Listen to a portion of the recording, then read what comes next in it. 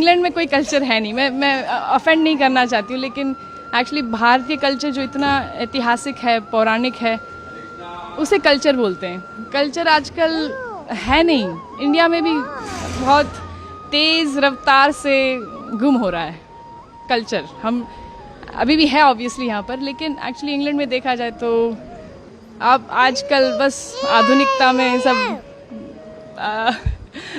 पड़े हैं, और उसमें देखा जाए तो माता पिता को रखना, फैमिली यूनिट होना, ये सब बाकी नहीं रहा। अब तो बहुत कम लोग इसमें मानते हैं, तो इसलिए हम वापस आते रहते हैं कि कल्चर थोड़ा महसूस हो भारत में। एक्चुअली आकर ऐसे लगता है कि एक्चुअली अभी भी है कल्चर। उसका कोई इंग्लैंड में रहती हैं, ऐसा इस माटी में क्या है, ब्रज की माटी में, जो आपको बार बार खींच लाता है यहाँ पर? पता नहीं, आप बताइए क्या मैजिक है ठाकुर जी की, क्या मतलब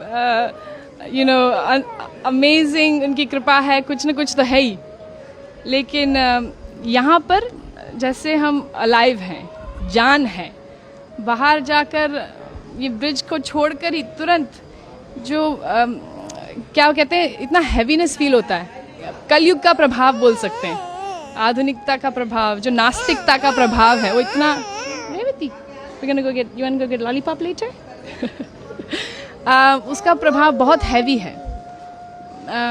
तो इसलिए ब्रज की माटी में ये जो आस्तिकता है, जो हम तपस्या कह सकते, ये उसी के लिए आते हैं कि हमें ठाकुर जी के दर्शन हो और यही संस्कार और सनातन धर्म का महसूस हो, क्योंकि बाहर तो है नहीं हम लेके जाते हैं जितना हो सके उतना, और ट्राई कर रहे हैं कि जारी रखें हमारे परिवार में और बांटें। वहाँ पर भी हम थोड़ा प्रचार करने में कोशिश करते हैं कि दूसरे को इंकरेज करें कि इसे ना ठुकराएं। हमारा जो एंशिएंट कल्चर है, ये वैदिक कल्चर, उसका देयर इज़ नो कंपैरिजन, उसके लिए कोई क्या कहते हैं सब्स्टिट्यूट नहीं है।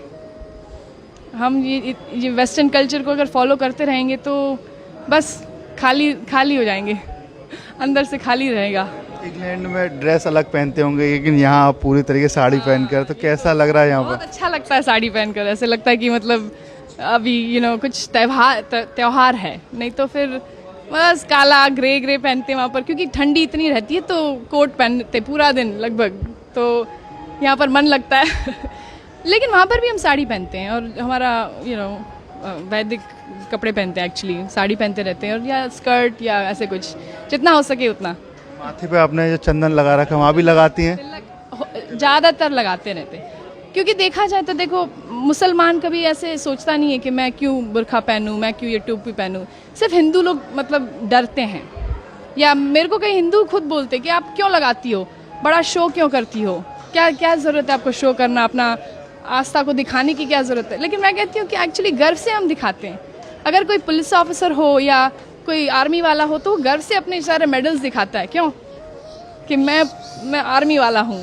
तो हम भगवान के हैं, ये उनका चिन्ह है, उनका मतलब हमने जो समर्पण किया है उनको, ये एक थोड़ा बस हम क्यों ना दिखाएं, गर्व से दिखाएंगे कि हम ठाकुर जी के हैं।